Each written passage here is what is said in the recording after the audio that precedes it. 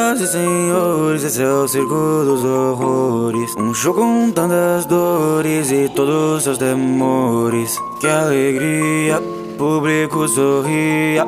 Nossa próxima atração é o Coringa. Eu sou um agente do caos, é o que acontece quando você cresce entre bêbados e meretrizes. Gosto de fazer o mal, eu tô sempre sorrindo. Quer saber como ganhei minhas cicatrizes?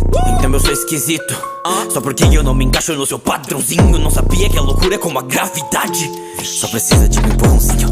Matando e rindo, sério eu nem ligo. Enquanto for divertido pra mim, eu sou maníaco. Dou um sorriso, porque no mundo só o caos não tem fim. Vocês me olham e me julgam como se no fundo vocês também não fossem assim.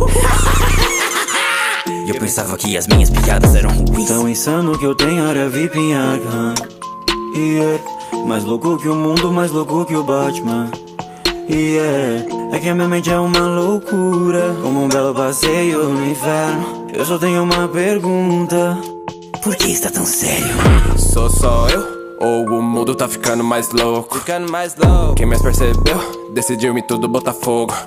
A pior parte de ter um problema mental é que as pessoas querem que você haja como se você não tivesse. Sabe o que acontece quando você encontra um homem doente mental tratado como lixo pela sociedade? Você ganha o que merece. O mundo sempre me tratou como um bicho. Eu já me perguntei, será que eu existo? Pisaram tanto em mim que no fim deu nisso. É culpa de vocês eu ser um assassino. Eu vou dar um espetáculo, só uma coisinha. Quando for me anunciar, poderia me chamar de Coringa.